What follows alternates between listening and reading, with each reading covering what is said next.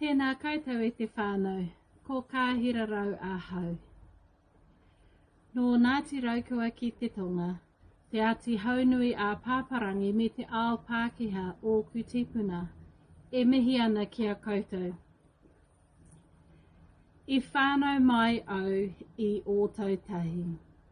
I tipu aki ai au i te Waipounamu, i tāmaki makaurau hoki.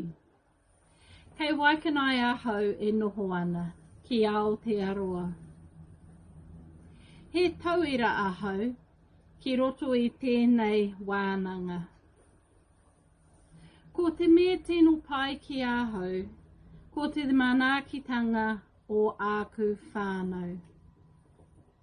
Ko te mea tino pai hoki ahau, ko te awhi me te aroha o āku kuri. He waiata kinaki. E toru ngā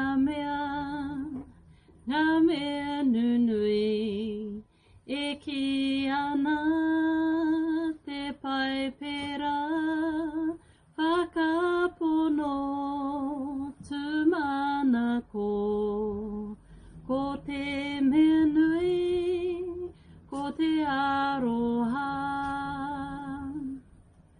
Nō reira e te whānau, kia kaha ki te ako i te reo Māori. Kia kaha ki te kōrero i te reo Māori. Kia kaha ki te kōrero i te reo rangatira.